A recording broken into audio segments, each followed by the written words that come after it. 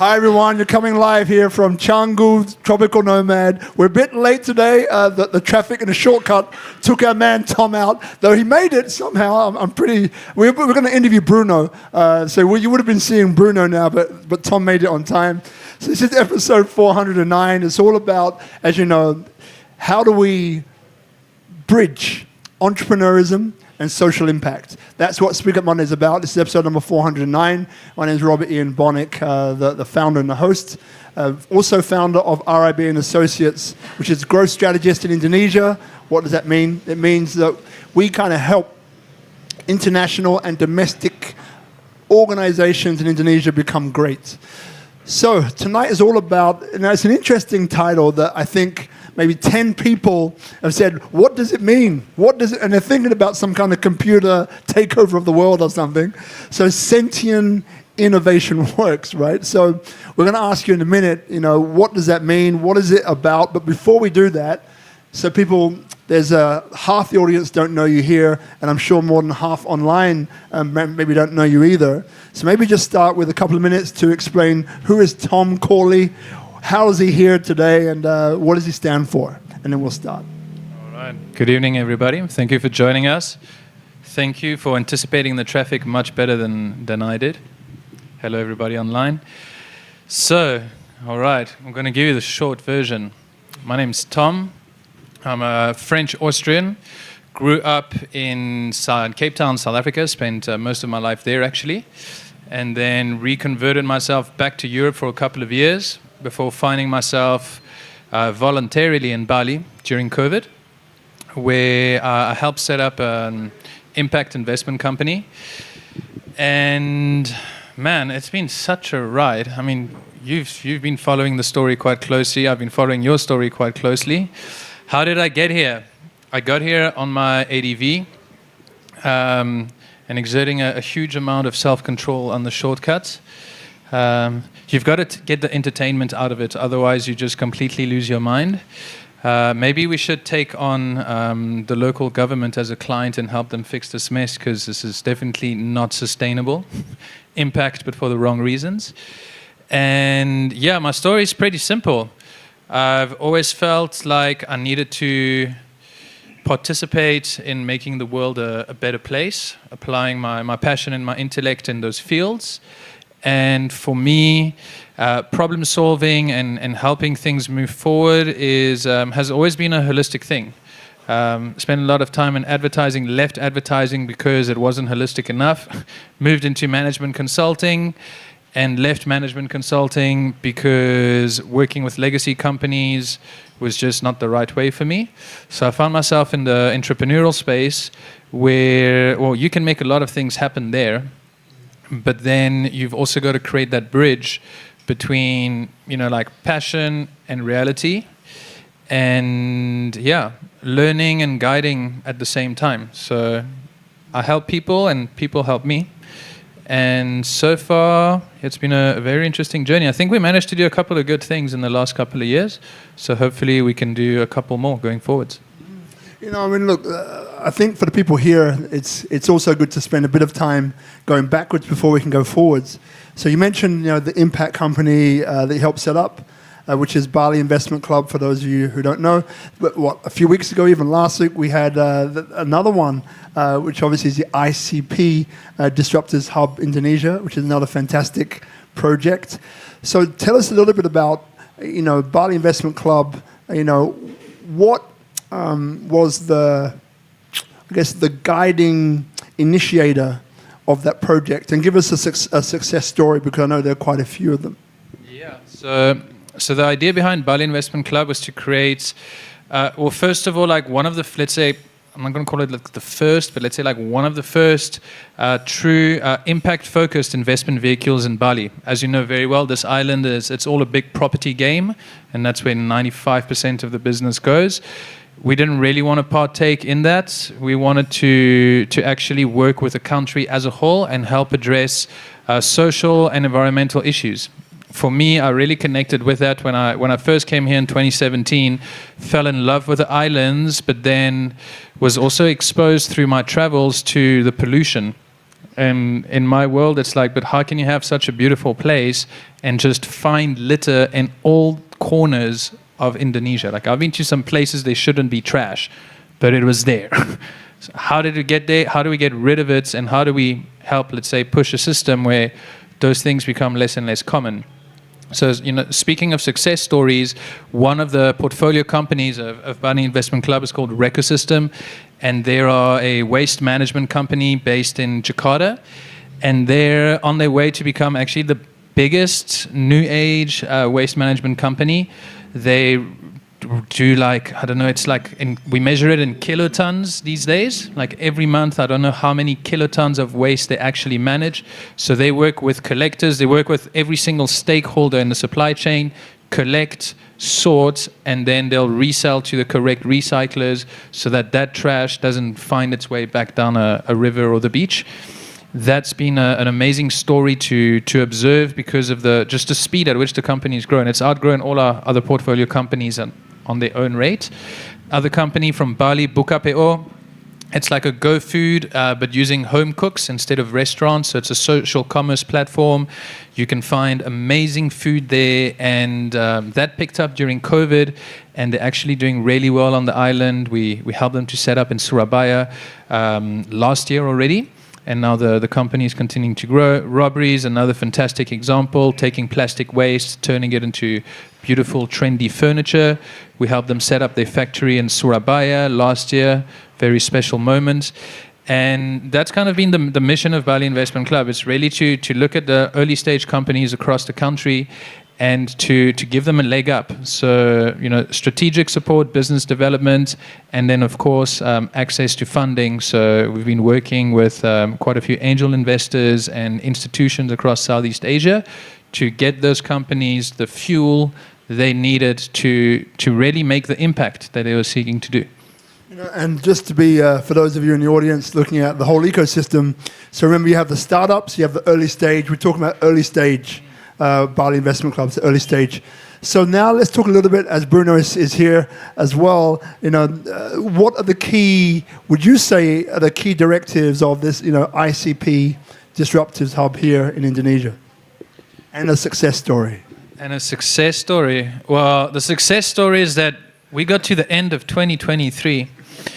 It's a huge success. We hosted our first incubator. What really surprised me is we took on 15 teams. So we had over 100 applications. I'm going to give you the full story. We did that 2 weeks ago.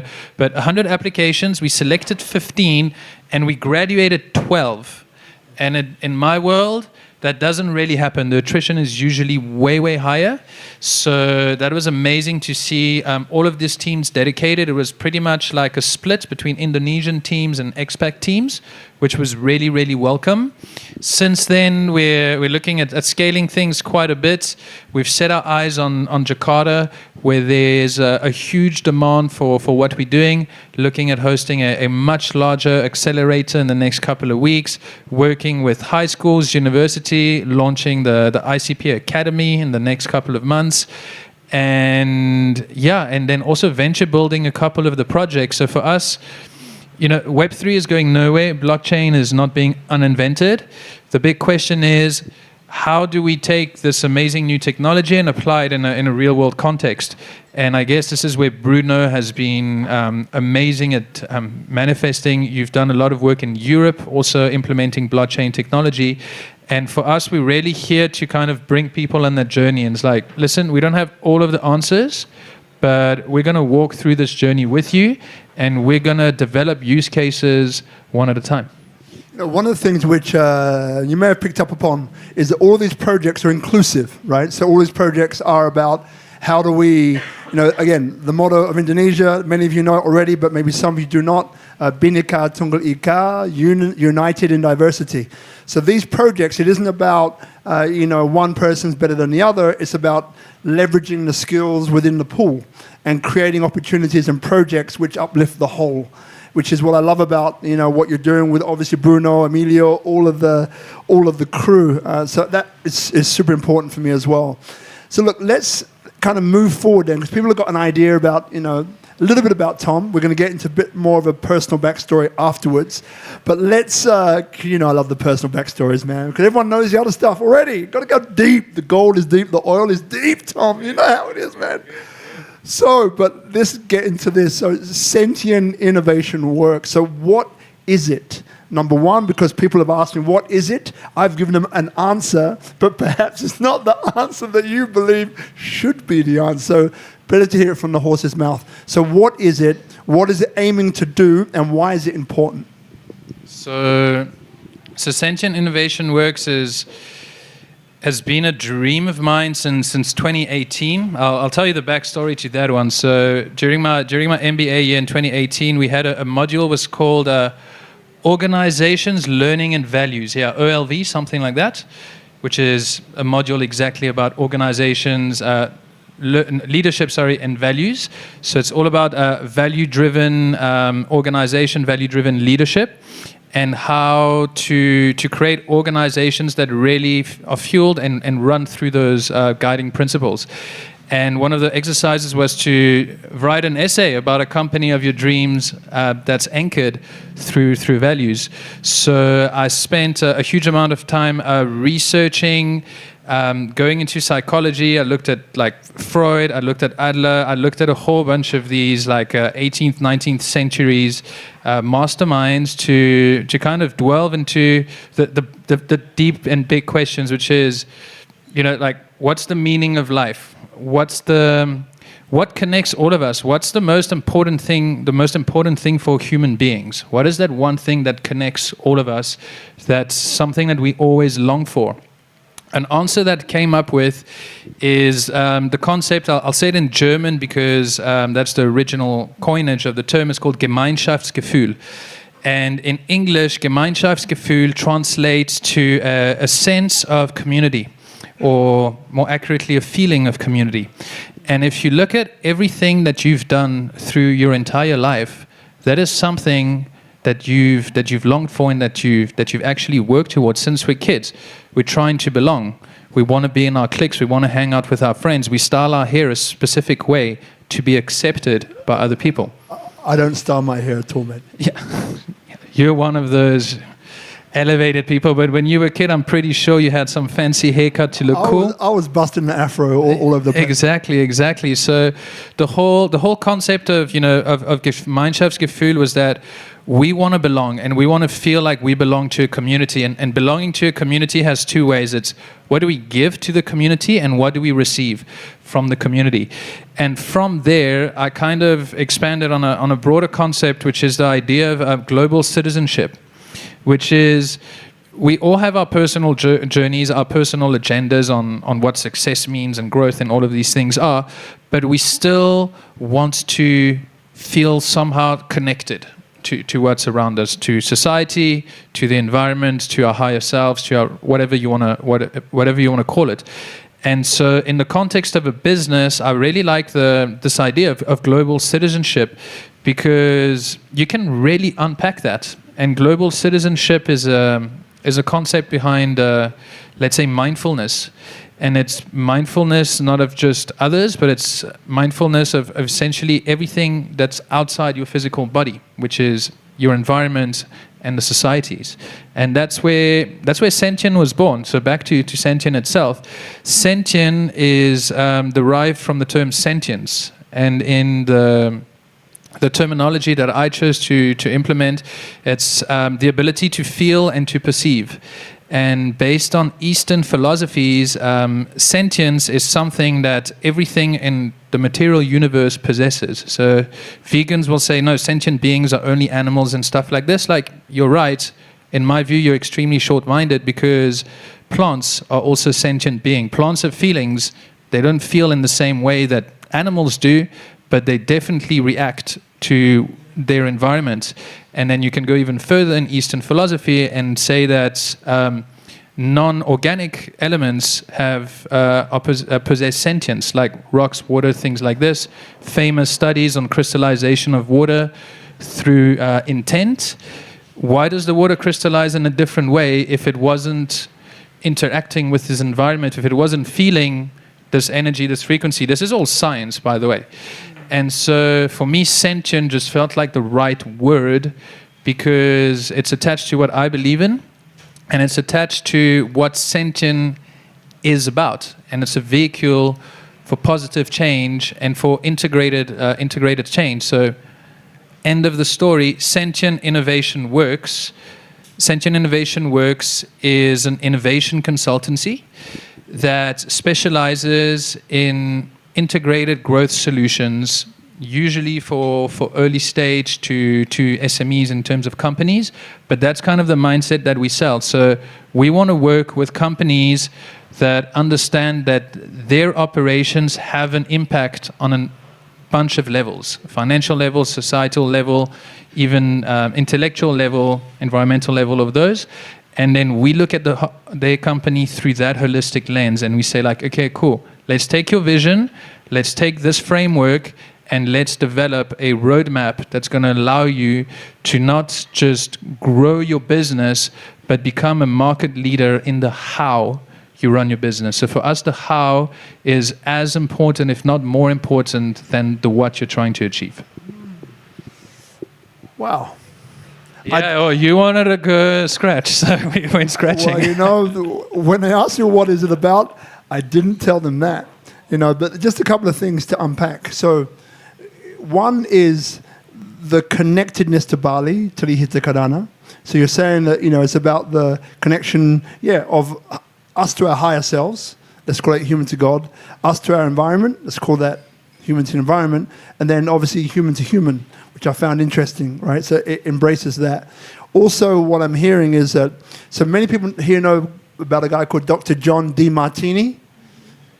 Anyone? One person? Cool. So Dr. John DeMartini, check him out. He's not a drink. He's not an alcoholic. Not last time I checked. But just a guy who spent maybe the last 30, 40, 50 years basically trying to analyze the humanness, right? From a perspective of values. So you can go online now and take his free values assessment. Why is that important? Because values, when all is said and done, values is kind of what determines who you are, who you become, the people you hang with, the things you find to be important tend to line up pretty well with your values. And then there was one other one, which is the Barrett values, which I've come across, which again goes, I think, a little bit further than that and goes into the values of organizations as well as the values of people within those organizations. So what I'm hearing is a few things there. The other one, Sigmund Freud, so his nephew, a guy called Edward Bernays, it's called The Century of Self. Do not watch this documentary unless you're prepared to be shocked, because it's quite shocking, right? But Edward Bernays used the work of Sigmund Freud, his uncle, to start to learn how to, this is not what you're doing, but how to generate mass consent by understanding what drives human beings, especially what's missing in a certain area, and then what he weaponized it. So he said, okay, this is what the deepest fears are of this particular population. We're going to give them the answer, but by attaching a product to the answer. So we're going to productize the answer, and this guy did some incredible things either way. So I hear all of these things within what you've said. The question for me then, and I get your background is, very heavily impact-driven, very heavily, how do we bring people together to work together? This Trihita Karana Bhinneka Tunggal Ika fusion, which I love, right? So, but then the question is that because with these sorts of modalities, understanding what generates humans to belong to each other, which I agree with. We all want to belong to a different crew, a different clique. I agree, right? I'm sold. I grew up in kids' homes, as you know, and during those children's homes, 17, 18 years, very highly multicultural, I observed all of this behavioral patterns of tens and tens and tens of kids from different backgrounds wanting to belong to something. So the question then comes is this, if I ask you, why do you care? Right? So you had this European background. I hear a South African accent. That's probably the first accent that probably most people will hear. Obviously, that's had a very interesting history as well, especially with what's happening now. But why do you care about this? Because, you have an incredibly powerful tool at your disposal. Tools are tools, but they can be used. Edward Bernays is using it in a very different way. to what you are, right? But why do you care? And what is it in your background do you think that's kind of moved you onto this trajectory of doing what you're doing now? So, yeah, that's a very interesting question. Why do I care? Well, I think it's pretty simple because I would be extremely judgmental of myself when I'm an old man if I didn't go about it in the way that I am. And I wouldn't feel good about myself because it's very simple. I'm aware of those things. And because I'm aware of those things, then I have to make the conscious decision to, excuse my French, not give a shit. And that would be deceiving myself. And I can just, the thought of it for me, just lowers kind of my state of mind.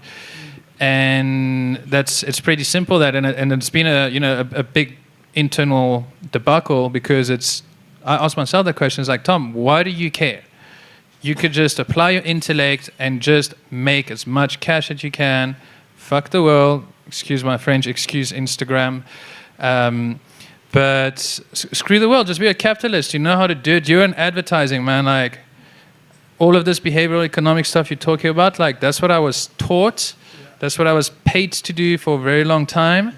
And that's the exact reason why I quit, because I was sick of it. Like, wag the dog. It's very real. It happens every day. And I was just sick of it. For me, it just felt wrong at some stage. It just felt wrong.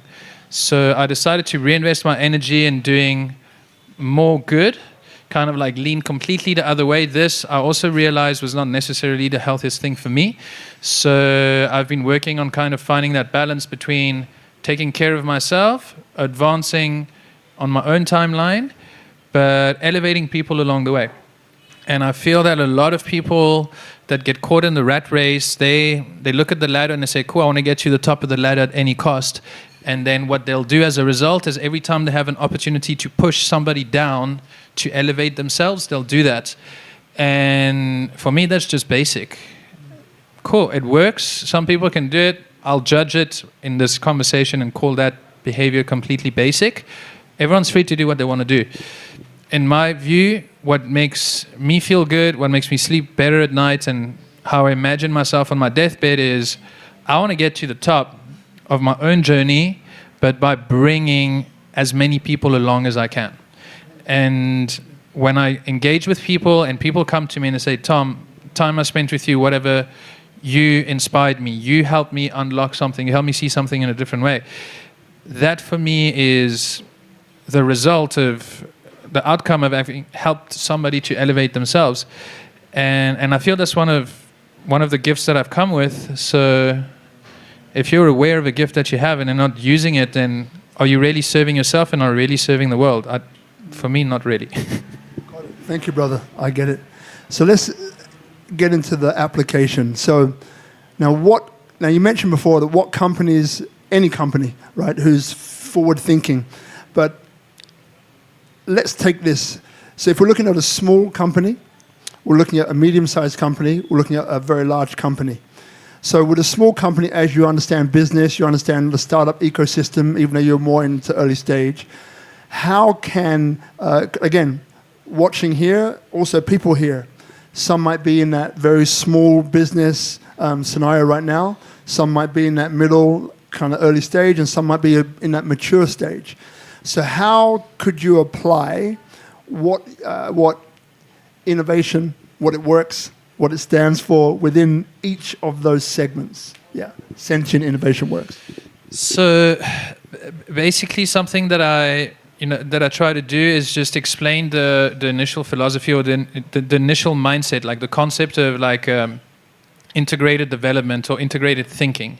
So, and that doesn't matter what stage you're at, like whether you're about to have an idea, you've been active for 6 months, or you've been active for 60 years. Just creating the awareness that every single activity that we have requires the input of different forms of capital. And capital is not just money. It's ideas, it's people, it's resources, it's things like that. Everything that we do every single day requires multiple forms of capital that we take in, put them in a blender, and then we output them into the world. And that gives us revenues. it gives us pollution, it gives us new patents, whatever it does. All of these outputs come out. So first of all, reminding people that that's what's actually going on, and then looking at that as an opportunity to say like, okay, cool, you want to make cash, you want to grow, that's all great, but at what cost? Because if you're going to prioritize money, it's going to come at the cost of something else. If you're going to prioritize social impact, it's going to come at the cost of something else, the cost of money, and a lot of times. If you're going to prioritize environmental impact, it's going to come at the cost of something else. So understanding the pros and cons of your approach, and then also realizing where you're at in your journey. Companies in early stage are obviously extremely sensitive to things like cash flow. So if you're going to maximize impact from day one, it's going to come at a huge cost of your ability to actually stabilize financially. So what I do with early stage startups is saying like, listen, don't worry so much about the rest of the impact. You know you already want to do it. It's already written down. You've already got some initiatives there. Let's just think pure business right now and actually help you to achieve financial stability. When the company reaches more the SME state, now they've got some extra cash. So it's like, okay, how do we actually leverage the other forms of capital, and how do we help you to increase making money but really multiply the value you're creating in other sense? Are you contributing to the body of knowledge of your industry? How do you can you set an example for your industry? Can you be seen as a leader in the way that you operate? We know more money is coming. Now the how becomes really important. And then when you're dealing with the corporate companies, then it's like, guys, you've made it. You're raking hundreds of millions, you're raking billions. Like, cash flow is no longer your problem. It's what trail have you left behind, and how do you take full ownership of that trail of responsibility? And then we focus more on the other elements to create more than of a circular motion. So it's taking kind of like straight line thinking, turning it more into a circular form. But the most important part is just understanding the cause and effect of the different dimensions of resources or capitals that you will use and that you will export once you're done doing something. Got it. Thank you. So what we're going to do, we have the third microphone, Brother G. So in a few minutes, maybe Guzman or Ayu or Hadis will get a microphone to go, because this one here, hello, good to see you. This one here, I know there's going to be some questions. So if you have a question in your mind, just kind of think about what that question is. And in about 2 minutes, we'll bring a microphone to you. Right? So just keep your mind focused on the question. So, okay, Sentian Innovation Works. So we've got an idea of what it is, this integrative model that you can apply at each stage of your business, no matter where you are. And as you mentioned, in the beginning, for the very early ones, then the focus will be about, well, let's get your business running first. Let's generate some financial stability, and we'll go from there, knowing that that's coming. And then your mid to high, based upon how high you go, it's more about saying, well, you've established yourself, you've established your revenue streams. Now let's look at the impact that you've already done, and let's see how we can kind of turn that around, right? And again, this integrative way of thinking throughout the organization. So the belonging aspect within the organization, let's quickly go back to that, then we'll go to questions. So how does that show up? So for example, in most corporate enterprises, we call it the water cooler conversations, right? Everyone's going to the water cooler, that's where the conversations happen. You have things like politics inside of large companies. The larger the companies, in generalization, the more the politics can be there, right? Politics of, as you mentioned, how can I step on someone here to elevate myself there, right?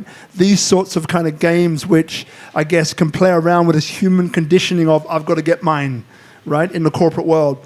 So how does the belonging aspect of, Sentian Innovation Works, how does it address that on a practical, operational level? Well, that's where you have to use psychology, and there's two ways to go about it. So when you're dealing with the big companies, like, you very rarely get to deal with the shareholders. I mean, if it's publicly listed, there's some levers that you can pull to create kind of like public demand to force a company to move into actions. But any sort of organization is usually run from the top down. So if you speak with the heads and you're aligned with the heads, everything kind of flows through there. You can create pressure from the bottom, or you can create pressure from the middle. And this is where it's quite interesting, and that's when a lot of psychology is used. Something that I do when I work with these kinds of clients is I look at the person and I say, okay, well, what do they want? What do they want out of life? How do they want to be seen by their boss or by their peers? And how can I leverage that to push the agenda that I'm representing? And that's going to create this butterfly effect within the organization. It's like, okay, cool, that person, they want to smash their KPIs, or they want to do that and that. It's like, okay, we'll create a formula that's going to do this, but we're going to apply our integrated twist to it, and then that's going to augment. So it's like a win more kind of model for that person. And then the other managers, let us say, that they would be competing with, are going to look and be like, shit, maybe I should start doing something like this, because that person's obviously getting attention, and I want the attention back. So you can just use psychology to kind of just give people exactly what they want, but still work your agenda through it. So some form of, let's say, like green manipulation in some way. You've got to do it. You can't force your agenda on people. You have to understand what they want. You have to create an incentive for that. We can also go then a bit deeper into things like management control systems, and it's actually how do you get managers to embody all these things that they're not used to doing, and that's generally requires then top management to align on like, okay, what incentive programs do we create to actually invite people through, let's say, more of a carrot model to actually start shifting. But working with legacy companies is a huge pain, and it's good for business, but I don't expect to ever transform a legacy company. It's like if we can do one positive shift in it, that's already mission complete. Last question before your questions. You know that this one's coming. So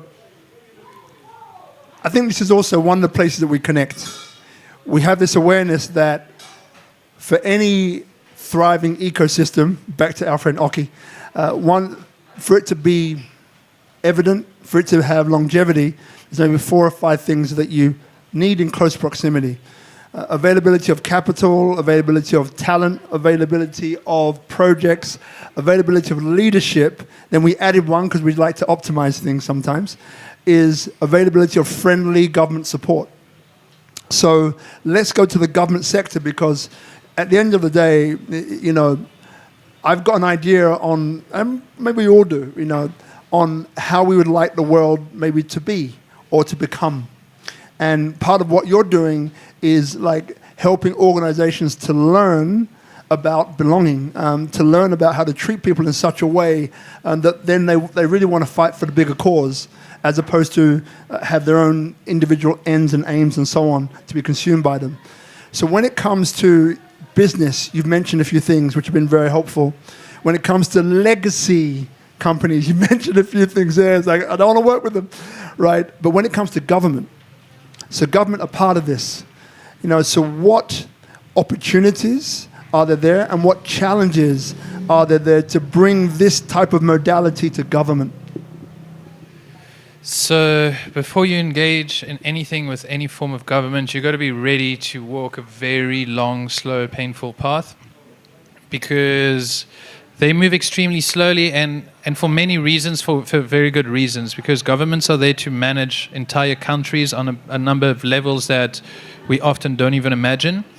And one of their jobs is to create policies that will be applied and implemented by everybody, and those policies need to be considered.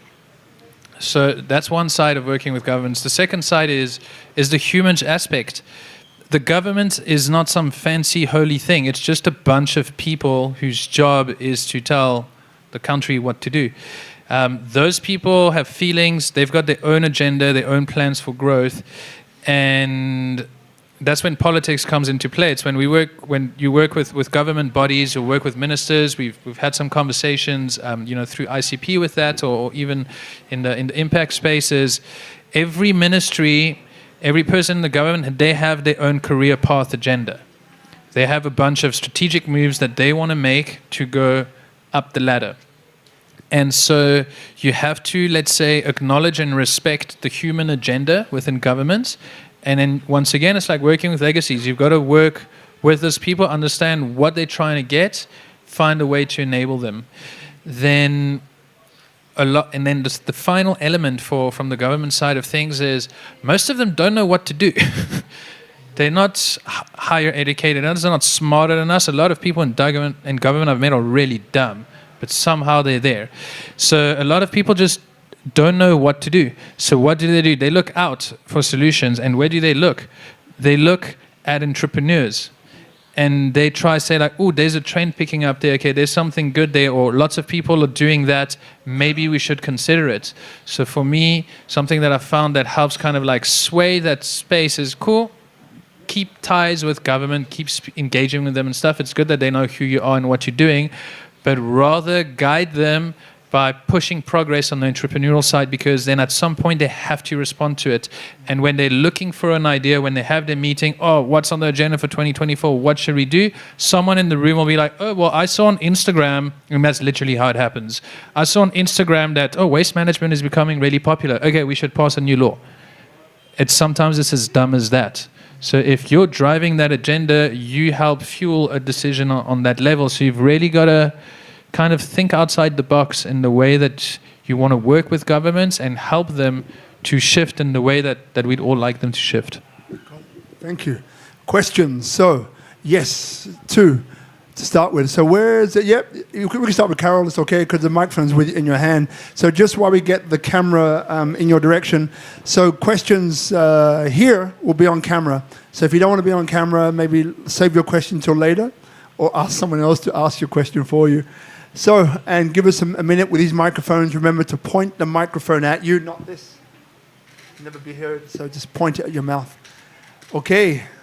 Guz, are you good to go? Almost. All right. Yeah, that's pretty good. All right, Carol, you're on. So I want to go back to this concept of Gemeinschaftsgefühl that you mentioned earlier. And this concept of community within an organization. Have you noticed a specific set of actions that actually gets an organization to understand the importance of community? And more specifically, what kind of community within an organization can you create in order to really improve this sense of belonging? So I know that, for example, people like Stephen Bartlett or Simon Sinek, they insist on their staff playing in teams around sporting activities outside of their job, and they swear by it. So have you implemented any kind of, really practical things where you have seen that there has been a massive difference in that sense of belonging for people? That's the first question. The second question is, where do you seek belonging, and how does it look like for you? All right. Thank you very much for asking very cool questions, and actually very important because it's the foundation of any successful team. And I've been part of many teams over the last 12, 13 years of my life.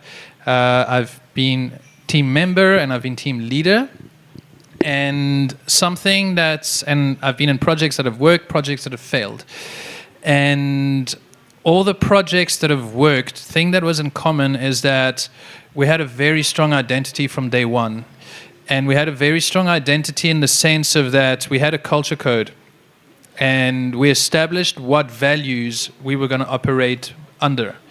And that those values were our 10 commandments. And that when we engaged ourselves, we all committed to upholding those values. And the values would be what guides us as we move forward.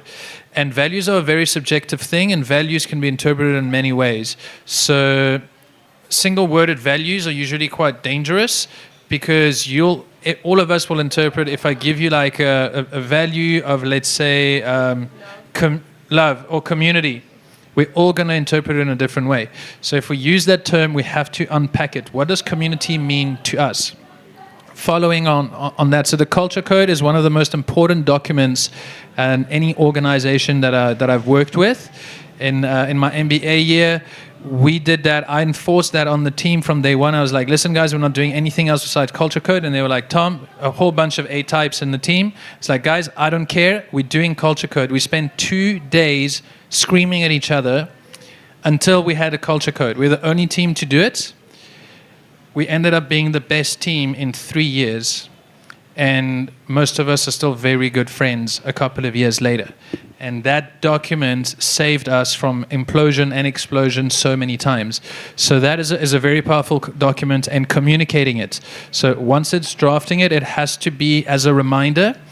And then you can create then a bunch of what are expressions of the culture code. So activities like team building activities are fantastic because you're helping people to bond on a non-work related level. And that deepens the human connection. It deepens the level of empathy and compassion that you have with your team members, where it's like, oh, that person's not just being a bitch. Okay, I actually understand why. And when you start understanding your peers, you usually start respecting each other more. There's more tolerance, and that helps you to move forward. This is a very fine thing, and you've got to be careful in setting your values, and in my view, there's no right or wrong values. It's just getting people to align from the get-go, and then holding everybody accountable to those values. And I've also have examples where we start off with really strong values, but then there's a departure from that, and it turns out that the people didn't really buy into them. And that causes huge fractures within a team. And then once those fractures are there, you don't really mend them. Everything just starts to fizzle out from that point. So community sense, all of those. For you, it's also understanding what do you mean by community. Is it just a team community or the team's engagement with external communities? It all comes down to values in that context. For me, the sense of belonging I get these days, it's very strange because while I was a kid, I wasn't been a foreigner, I've always been a stranger. When I was a kid in France, I was quite smart, so I jumped a couple grades and stuff, and I found myself with much older kids, like, oh, here's the clever kid. And so I didn't feel like I belonged with the group. When I moved to South Africa, I was the Frenchie. I didn't belong with the other. So I've always been seeking to belong to groups and communities ever since that, when I was growing up. And over the course of the last couple of years, something that I realized it's, why do we care so much? Why do we care so much about belonging? It's such a stupid, basic thing. If you look at also the evolution of emotional intelligence, you'll realize that actually those concept of clicks, it's one of the lowest forms of emotional intelligence.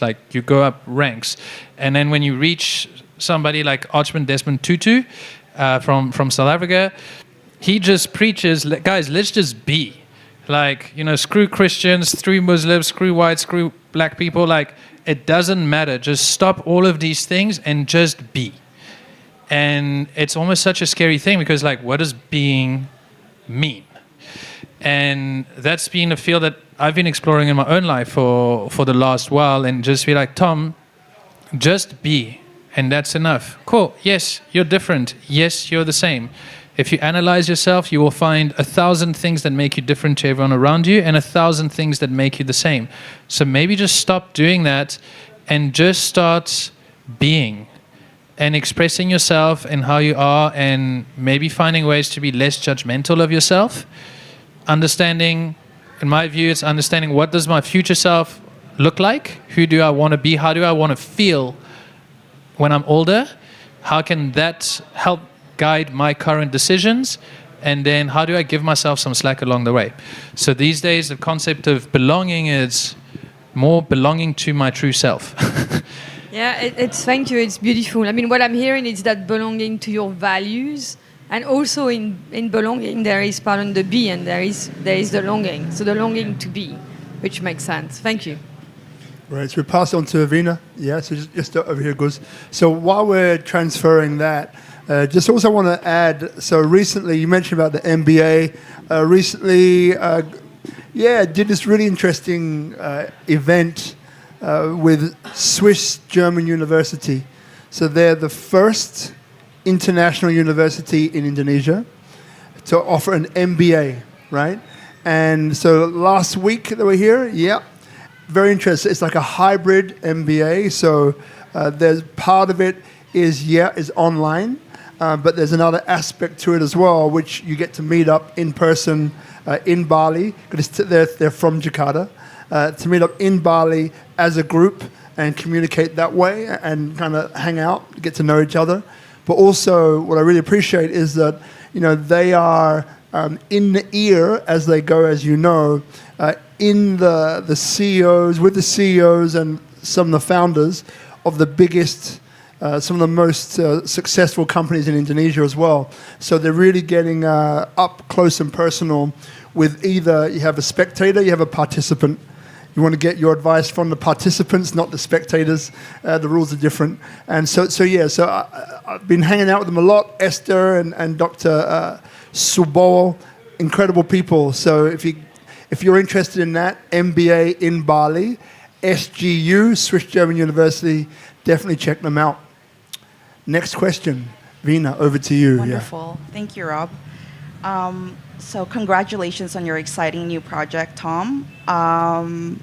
What I'm curious about is, what do you see as you said, an immigrant perspective wherever you go? What do you see is the biggest need that Indonesia needs in order to drive positive social impact? It's a very loaded question there. Hey, you knew it was coming. I'm not sure my opinion matters so much is that important in this context, but I can tell you what I do see. So just from an expat point of view, and we touched on this, and I love to talk about it. It's like, what do expats do when they're in Indonesia? How do expats contribute to Indonesia's, let's say, like, healthy development? I see a lot of people here that don't really try integrate themselves or try add value to what the island gives them. It's kind of just like an all-taking game. A lot of it's understandable. A bunch of it is questionable. What does Indonesia need? I think it just needs to carry on doing what it's doing. And what I mean by that is being open-minded, being keen to grow, and tackling all of its problems in parallel. And if you look at what Indonesia is doing, it's like, yes, it's not perfect. Yes, it pisses me off. Yes, driving here made me really think about how much I liked Robert, because I would have never come here if it wasn't for you. And that's a huge sign of, infrastructure, local government level failures. And why are they not doing anything about it? It's not news. There's so much wrong with the system, but I spent 18 years of my life in South Africa, and I can tell you there's a lot of things wrong in South Africa. Spent a lot of years of my life living in France and Switzerland and Germany, and I can tell you there's a lot of things wrong with this country. And when I compare those countries, to Indonesia, Indonesia's getting a whole bunch of things right. And I think that Indonesia's getting a bunch of things right that we've forgotten about as Westerners. And it's actually like how we live as human beings. And we get frustrated, like, with Indonesians when it comes to work. It's like, why are they so slow, blah, blah, blah, all of these things. Why are they religious holidays every 5 minutes? But that's kind of amazing in an own way, because for them, culture doesn't come at the cost of progress in a lot of ways. At least in Bali, there's a very strong hold on culture. And this is something that we completely forget in the Western world. We're completely stuck in the rat race all day long, and we make our decisions based on this rat race approach, and we step on each other based on that. And in this country, I've seen more solidarity, more peacefulness on people's faces, and a whole bunch of beautiful things that, for me, show me that, this country's in a great place. On a political level, it seems reasonably stable. I feel very accepted here as a foreigner, and it's one of the few countries where I see so much integration in diversity. And so what it needs, I think, is just to carry on doing what it's doing, and this should probably be good enough. Beautiful, thank you. Great question. Just behind you, my darling. Yeah, to Detlev. Yeah, I was wondering if it's going to. He reminds me of you, Carol. It was like he comes with some great questions, and that's a fantastic question too, Vina. Thank you. Well, it's only one little question, but it's just brilliant what I hear here. Amazing. With this beautiful word Gemeinschaftsgefühl, I was never really aware of this, even though I'm German as well, about the value in it. But it reminds me on what Woody Allen once said. He said, look, if you move in a big city, the first thing what you're looking is for a bakery what you visit every second day, for a little restaurant where you enter every third day. And I think that's also part of it, and I think everybody of us can recognize it, even in Bali. Yeah? So it's nice, these small things. Yeah? Anyway, the question is a little bit more specific, and maybe not everybody understand, but is Niklas Luhmann still alive? Excuse me? Is Niklas Luhmann still alive? Oh, I don't know Nicholas Luhmann, sorry. Okay, good, but don't worry. But brilliant. All right. But is he? Excuse me? Is he still alive? No, he's dead for a long time. But as a sociologist and a system analytic, he was in the 1960s and 70s the one who brings everything upside down on a human way. He was a very I'll cool be sure person. I'll be sure to look him up. Thank you for sharing. Yeah, it's interesting. Thank you, Detlev. Appreciate it. So now, is there any more questions that anyone may have in the audience? Okay, no problem. So a few questions from me, and then we'll probably wrap this one. So for those of you just tuning in now, we spent the last maybe 30, 40 minutes talking to Tom Courly, the founder of Sentian Innovation Works. And we've gone through, what it is at the core, this belonging, which I love, and how it can apply to business of whichever level. We've also spoken about where it came from and why that's important and where it's going. And we've also had some really great questions here. Thank you, Vina, Detlev, for that one, and obviously Carol. So just bringing this one to its inevitable climax, it all seems that it's based upon you. So how do you scale this? Because is it about training other people to see things as you do in a similar way as that culture code within your MBA program that you have now? You train an army to kind of go out there and to do this work? Or is it literally about you spending the next year, 2 years working by yourself, pinpointing or targeting certain companies to get this ball rolling? Like how does that work? So consultancies usually don't scale, and that's the whole point. I don't care. I don't care in that sense because Sentian is like an expression of how I like to go about my work. And for me, it's also a filter in this sense. And one of the personal principles that I have with Sentian is like, I'm only going to work with people that I like on projects that I like. And that's it. It's really basic. And that's amazing because it creates a beautiful energy. And as a result, I end up attracting people that are kind of in a similar mindset. And I don't need to convert anybody. I just position myself and say, cool, this is what I represent. This is what Sentian represents. And this is what you can expect to get from working with us. And if you don't like it, that's completely okay. But if you do, then we can probably do great work together. If you're already completely switched on, then we'll be able to just move a whole lot faster. But if you'd like to enter that mindset, then we can also, go quite far together. And that's pretty much like the very first conversation that I have with a bunch of clients is I just put it's a make or break statement from the first meeting. And it's amazing because it creates that trust. It's like, whoa, okay, this person stands for something and they're willing to say no to my money because of the approach. And so I explain the way that we're going to work together. And if it's something that they're okay with, then we know there's a strong bond from the get-go. If it's something that's not the case, it fizzles out immediately. And that's why I created Sentian. For that purpose, and it feels wholesome in the way that I don't have to answer to anybody besides the values that I've set for myself. And I learn also through this process. And then I partner with other people. So Sentian is also then in strategic partnerships with other, let's say, more specialized companies. And then together we're able to add, let's say, like more volume from a team point of view when we're servicing clients. Two questions, and I'll give you a few minutes to think about it. Not that you need it, but it allows me to also wish everyone a great night. So the two questions are these. Number one is you mentioned, these are the things that, maybe the three things that working with me, this is what you're going to get. So what would those three things be? That would be one of the questions. The second part of that question then is, you mentioned about partnering potentially with other people or other companies. Now, what would that look like? And if someone is watching now and they're saying, well, I like the sound of this guy, I like what he stands for, I would like to partner with him, right? So which aspects or which things would you look for in someone wanting to partner with you?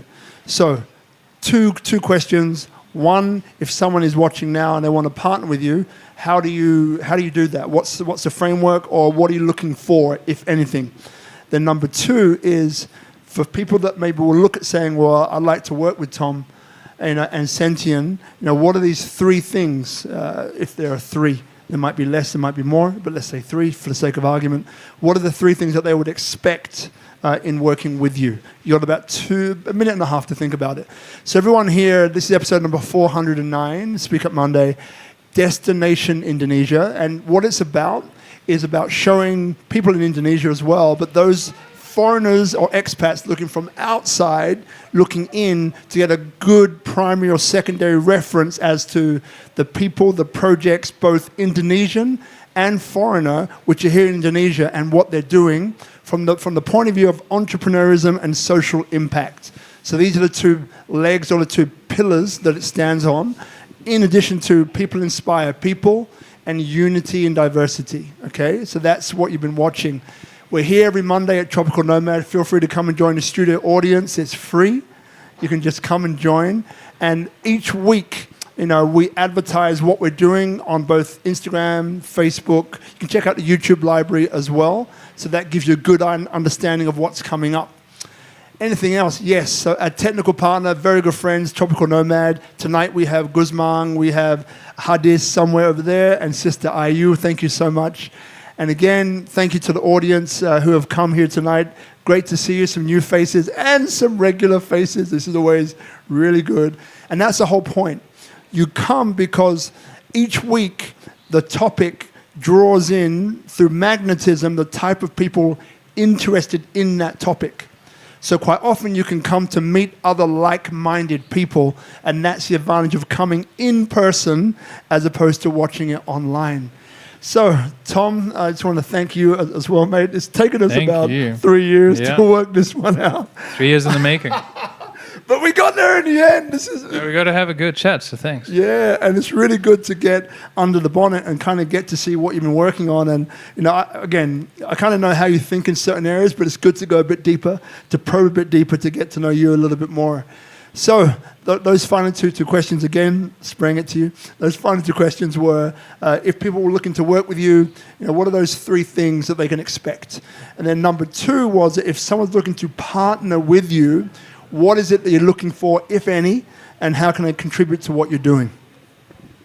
So I'm not gonna kill two birds with one stone, but I'll answer both questions with one answer, and it's very simple. So does everyone know what like a Venn diagram is? It's like overlapping circles. So basically there's three, like I'll call it four, because there's one that's very special to me, but it's three overlapping circles plus one. At the center is what we call like integrated growth. And how we look at businesses, and this is also how it comes to who we'd like to bring on as partnerships. We look at a business from a strategy point of view, from an innovation point of view, from a sustainability point of view, and from a creative point of view. And those are, let's say, four fields that we hold Then in terms of partnerships, we look for, let's say, specific partners that are specialized in each of these fields, because it's difficult to be a master of all trades. So I've gotten a lot of training in each of these fields. This is what I can represent as a service, and then I will have sub-teams or partners that are completely specialized in those fields to help to execute. And that's pretty much what you get from working with us, and how we're going to work with you. So we're going to speak values, we're going to speak vision, and then from there we're going to look at our toolkit, which is what kind of plan, what strategy do we put in place, what happens from an innovation point of view, technology, huge part of what we do, the tools that we're going to do, Web3, a big part of types of solutions that we can do. We also do AI consulting, and then the sustainability impact, very important. And finally, the creative aspect. How do we express this in a way that fills the soul? And that's a big part of the type of work that we do too. Fill the soul. Round of applause, Tom Courly, everybody. Thank you very much. See you next week.